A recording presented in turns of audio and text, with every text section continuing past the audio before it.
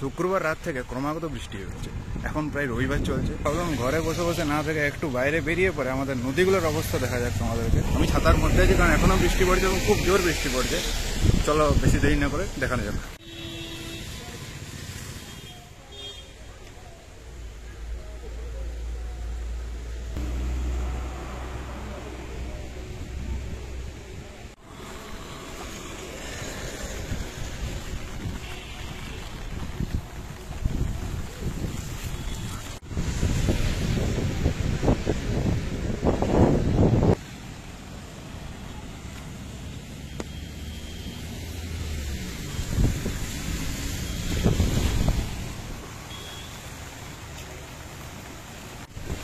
ওই দিকটা দেখলাম, এবারে এই দিকটা দেখি একটু।